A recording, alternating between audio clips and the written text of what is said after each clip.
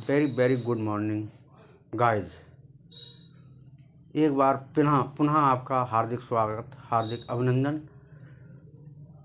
हमारा Shiv English grammar का जो टर्न चल रहा है, सबसे पहले मैं आपको टॉपिक से हट करके लेके चलता हूँ कि जो हमारी प्रोग्रेस होती है, तरक्की होती है, प्रोग्रेस बच्चा कर रहा है तो उसका हम कैसे पता लगाएंगे कि बच्चा प्रोग्रेस कर रहा है।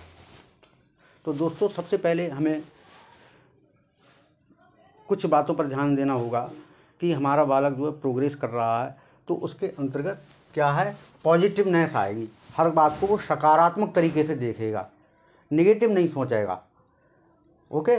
दूसरी बात, जो उसके अंदर साहस होगा, हिम्मत होगी, किसी भी काम को करने के लिए वो मना नहीं करेगा, घबराएगा नहीं वो, और सहयोग की भावना हुई, कोऑपरेशन करेगा सबका। उसके बाद में वो उसके एक्टिवनेस से पता लग जाएगा कि बच्चा ये प्रोग्रेस की तरफ जा रहा है। हर काम के लिए बड़ा एक्टिव रहेगा, तत्पर रहेगा, और उसकी क्रिएटिविटी का नेचर होगा कि वो रचनात्मकता की ओर बढ़ रहा है। किसी भी काम को वो आगे बढ़ाने के लिए अपने अंदर क्रिएटिविटी का विकास कर रहा है। तो ये जो है हमारी काय के प्रोग्रेस की निशानी है। और बच्चा पतन की ओर जा रहा है तो क्या है, वो नेगेटिविटी की ओर जा रहा है, हर बात को मना करेगा कि अभी नहीं हो पाएगा, बाद में कर लूँगा, ये है वो है, बहानेबाजी करेगा। उसके अंदर डर का भाव पैदा होगा, हर समय डरा डरा सा रहेगा। डरता तो वही है जो गलत काम करता है, तो उसके अंदर एक डर का भाव रहेगा। दूसरे क्या है, इन्फेरियोरिटी, हीनता की भावना महसूस करेगा। वो कहीं भी जाएगा तो हेजिटेशन में रहेगा, अपने आप को दीनहीन समझेगा कि मैं सबसे पिछड़ा हुआ हूँ। ये भाव नहीं होना चाहिए। और उसके अंदर घृणा का भाव होगा, वो क्या करेगा, घृणा करने लगेगा। ठीक है। और लेजीनेस, उसके अंदर क्या है, आलस हमेशा बना रहेगा। जब बच्चे के अंदर आलस आ जाता है तो फिर क्या है कि वो हर काम के लिए टालता रहेगा। और जेलसी, उसके अंदर जलन की, ईर्ष्या की भावना पनप रही है, तो ये समझ लीजिए कि बच्चा वो पतन की ओर जा रहा है। तो ये गार्जियंस भी आप लोग ध्यान देंगे कि हमारा बच्चा इन किसी गुण में से तो नहीं आ रहा है, इन अवगुणों को तो नहीं धारण कर रहा है। ये गुण हमारे बच्चे के अंदर डेवलप हो रहे हैं, क्योंकि हम जब बच्चे का निर्माण करते हैं तो बहुत सी चीज़ों का हमको बहुत ध्यान देना होता है। क्योंकि एक छोटी सी मैं एक बात बताता हूँ कि ज़िंदगी जीना आसान नहीं होता, ज़िंदगी जीना आसान नहीं होता, बिना संघर्ष के कोई भी काम आसान नहीं होता, बिना संघर्ष के कोई काम आसान नहीं होता। और जब तक न पड़े हथौड़े की चोट तो पत्थर भी भगवान नहीं होता। यानी कि पत्थर को जब हम तराशते हैं, भगवान का रूप देते हैं, तो भी उसमें हथौड़े की चोट मारनी पड़ती है। इसी प्रकार महान व्यक्ति तभी बनता है जब कोई अच्छा कार्य करे, अच्छे अच्छे रास्ते पर चले। उस पर बहुत सारी बाधाएं आ सकती हैं। तो दोस्तों, मैं इसके बाद अपना विषय लेना प्रारंभ करता हूं। तो ये थोड़ा सा देखिए,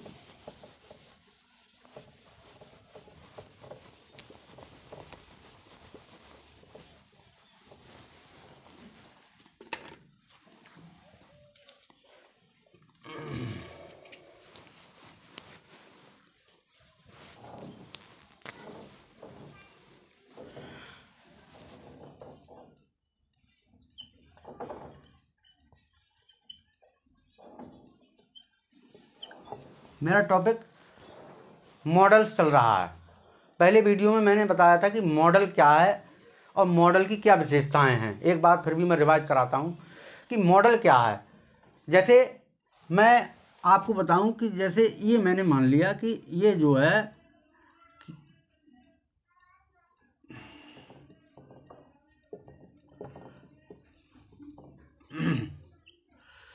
ये जो है कोई पर्सन है, ये मान लीजिए सलमान खान है। तो व्हाट इज दिस, तो ये क्या है, ये जो है मॉडल है, MODEL, ये मॉडल कहलाता है। तो what is the difference between model and models, इसे मॉडल्स पढ़ते हैं। ओके। तो मॉडल क्या है कि ये जो है किसी भी काम करने के लिए किसी का रोल निभा लेता है। जैसे ये आपका एक कारपेंटर भी बन जाएगा, ओके, एक मोची भी बन जाएगा, एक कुली का भी रोल कर लेगा, एक किराएदार का भी कर लेगा, एक हीरो का कर लेगा, लड़ने का, झगड़ने का, समाज को सेवा करने का, जैसा भी रोल होगा कर लेगा। ठीक इसी प्रकार से मॉडल्स भी यही कार्य करते हैं कि इनका ये जो है हेल्पिंग वर्ब के रूप में होते हैं और इनका स्ट्रक्चर ऑफ द सेंटेंस के आधार पर प्रयोग किया जाता है। इसमें 2-3 बातें हमने बताई थी आपको कि ये जो है मॉडल जो है नंबर 1 तो हेल्पिंग वर्ब पर काम करता है,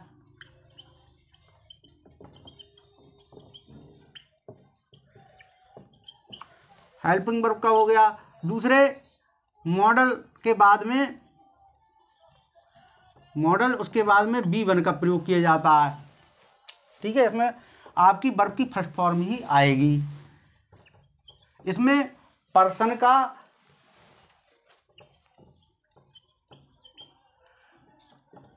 प्लस वचन का इनका कोई भी इफेक्ट नहीं पड़ता, कोई प्रभाव नहीं पड़ता इनका। जैसे आपको पर्सन बताऊं, मैंने आपको एक शॉर्टली बता देता हूं। जैसे first person, second person, third person, 3 person होते हैं। तो फर्स्ट में आपका आई बी हो गया और सेकंड में आपका यू हो गया और इसमें थर्ड में ही सी और आपके इट भी हो गया और आपका दे भी हो गया। ये आपके थर्ड पर्सन में आ गए। तो जैसे आपसे कहूँ कि उदाहरण ये आई है, जैसे मैं कहूँ आई कैन लिफ्ट, मैं इसे उठा सकता हूँ। यू कैन लिफ्ट और दे कैन लिफ्ट। तो इसमें कहने का मतलब ये है कि मॉडल जो भी आप लगाएंगे उसमें जो आपका पर्सन का कोई सा भी दिया गया हो उससे हमें कोई मतलब नहीं है, आपकी बाद में वर्ब की फर्स्ट ही फॉर्म आएगी, ओके। अगली बात यह है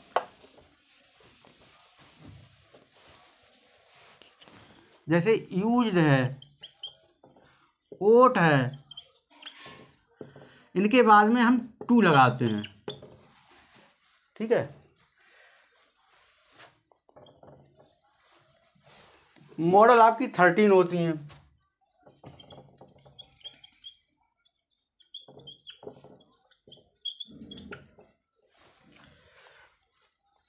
मॉडल का प्रयोग मेन वर्ब से पहले होता है।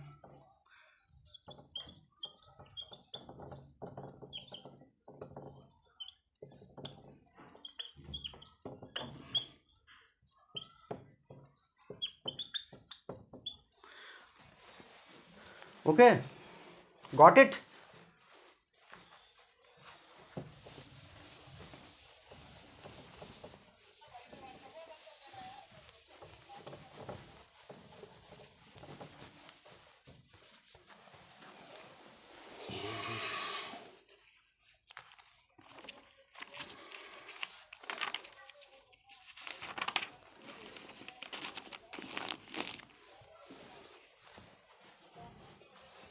तो हमारी 13 मॉडल्स होती हैं। तो उसमें सबसे पहले मैं आपको जैसे यहाँ पर कैन और यहाँ पर कुड, मैं इनके बारे में आपको बताने वाला हूँ कि कैन का यूज़ कहाँ पर करते हैं, कुड का यूज़ हम कहाँ पर करते हैं। तो सबसे पहली बात यह है कि कैन का यूज़ जो है वो प्रेजेंट में और फ्यूचर दोनों में हो जाता है। इसका कैन का मतलब क्या होता है, सकना होता है, ठीक है। इसका यूज जो है प्रेजेंट टेंस में और फ्यूचर में दोनों में होता है, ओके। अब यहाँ पर ये देखिए सबसे पहली बात कहाँ पर होता है, अनुमति देने में।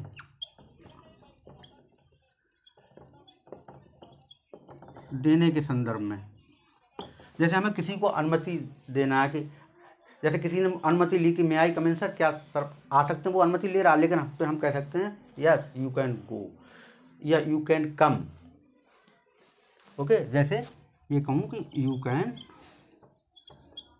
कम, आप आ सकते हो, आप जा सकते हो, आप खेल सकते हो। You can play, you can dance, you can sing, you can write, you can lift. Many, बहुत सारी जगह पर हम इसका उपयोग कर सकते हैं। दूसरी बात यह है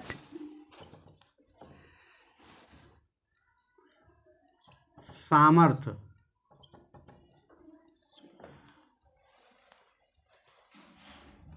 के संदर्भ में, जैसे किसी का जो कैपेबिलिटी है,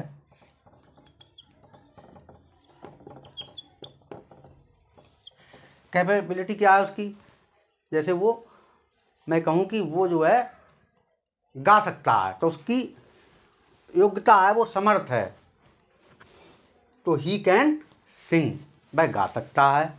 वह इस चेयर को उठा सकता है, तो he can lift this chair. जैसे ही कैन सिंग या ही कैन ईट, बहुत सारी बातें हो सकती हैं। उसके बाद में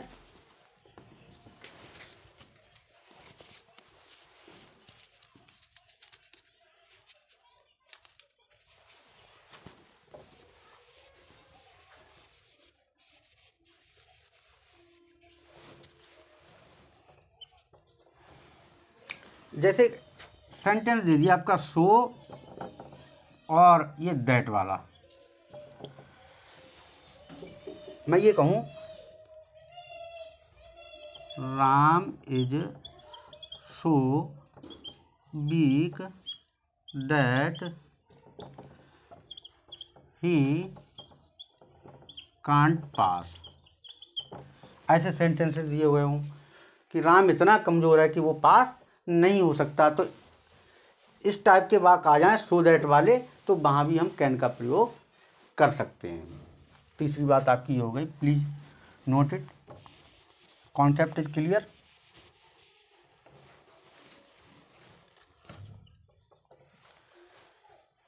योग्यता, एबिलिटी, उसकी क्या योग्यता क्षमता है, ठीक है।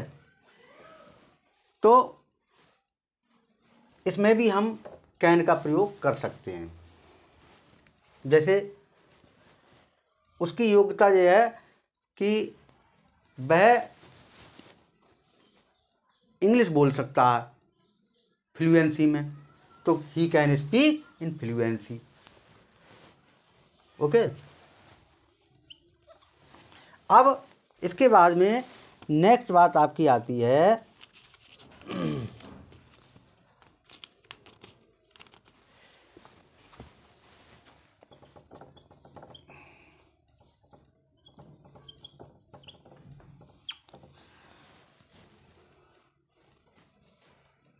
आदत व्यवहार के संबंध में। जैसे उस किसी व्यक्ति की आदत जो है, ईमानदार आदमी किसी को नुकसान नहीं पहुंचा सकता, तो एन ऑनेस्ट मैन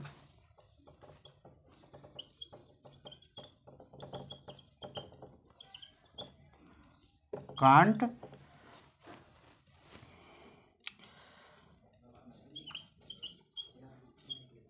हार्मफुल, ये कह दूं, एक ईमानदार व्यक्ति नुकसानदायक नहीं हो सकता है। ओके, तो उसके बाद में यहाँ पर सजेशन में आ गया, जैसे सुझाव में कोई कह रहा है कि मैं यहाँ बैठ सकता हूँ, तो कैन आई सिट हियर, तो यहाँ पर हम इसका, अगर किसी का सुझाव के रूप में है, तो क्या मैं यहाँ पर गाड़ी खड़ी कर सकता हूँ, क्या मैं यहाँ पर देख सकता हूँ, ऐसी बहुत सारी बातें आ जाती हैं। तो यहाँ पर एक मोटे मोटे रूप में हमने बताया, इसका स्क्रीनशॉट भी आप ले सकते हैं कि हम कहाँ पर ये कैन का प्रयोग करेंगे। उसके बाद में दूसरी बात आती है कुड की। तो कैन का पास्ट में, कैन का पास्ट के रूप में इसका उपयोग किया जाता है। इसका मतलब सका भी होता है और सकना भी होता है। ठीक है, इसका पास्ट में भी कर देते हैं, प्रेजेंट में भी कर देते हैं। तो अभी मैं जो आपका कैन का पास्ट हो गया सका के रूप में, जैसे बचपन में मैं क्रिकेट खेल सका, या जब मैं छोटा था तो मैं गाना गा सका, क्योंकि मुझे ज़्यादा मतलब वो था, मतलब घर वालों का सपोर्ट रहा। मैं दौड़ सका, मैं नहा सका, बहुत सारी बातें, यानी प्रेजेंट का जो कैन है उसका पास्ट हो जाएगा। इसके संदर्भ में भी हम इसका यूज कर सकते हैं। ऐसे ही योग्यता क्षमता के रूप में मैं 10 किलो वजन उठा सका, तो योग्यता हो गई आपकी, और सामर्थ्य हो गई इनके संदर्भ में भी, यानी कि योग्यता क्षमता सामर्थ्य यदि पास्ट में बताई जाए,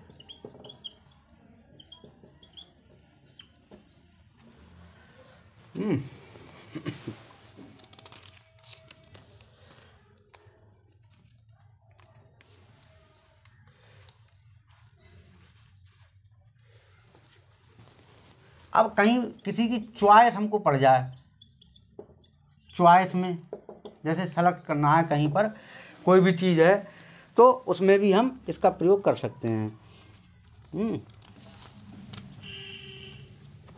अब कहीं पर अनुमान लगा रहे हैं,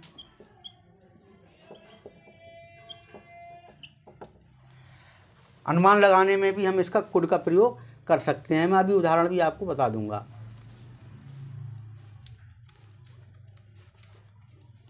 और सो दैट में भी पास्ट में, जैसे ये सो दैट, और ये इसका पास्ट हो गया कुडंट, कुड नॉट में, ये पास्ट में आ गया इसमें।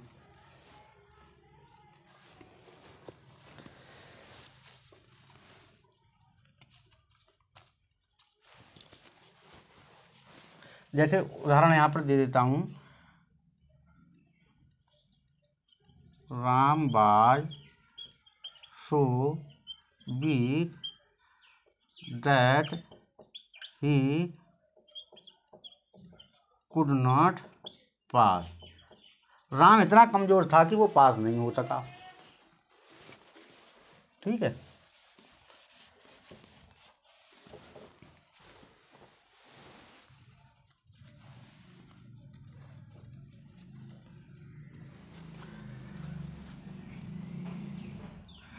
आप मेरा 2 मिनट जो है वेट कर सकते हैं। अब यहाँ प्रेजेंट में ही आ गया, लेकिन चॉइस है आपका guess, you could wait for me, आप मेरा इंतज़ार कर सकते हैं।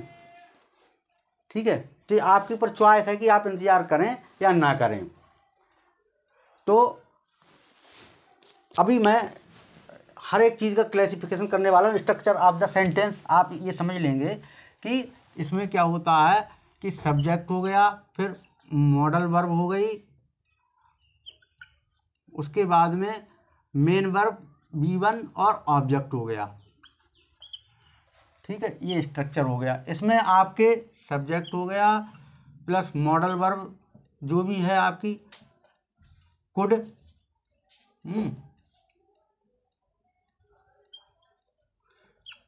प्लस V1 प्लस ऑब्जेक्ट हो गया। ठीक है, यहाँ पर मॉडल वर्ब आपकी क्या कैन का वर्णन किया था हमने। ठीक है, तो ये स्ट्रक्चर ऑफ द सेंटेंस हुआ। तो मैंने केवल अभी आपको ये 2 बातें, केवल 2 मॉडल्स के बारे में बताया, कैन के बारे में, कुड के बारे में मैंने बताने का प्रयास किया है दोस्तों। तो आपका बहुत बहुत धन्यवाद। और आप चैनल को सब्सक्राइब ज़रूर कीजिए। और मैं विश्वास के साथ कहता हूँ कि आप बहुत जल्दी सीख जाएंगे, और सीखने की ललक भी अपने अंदर रखिए।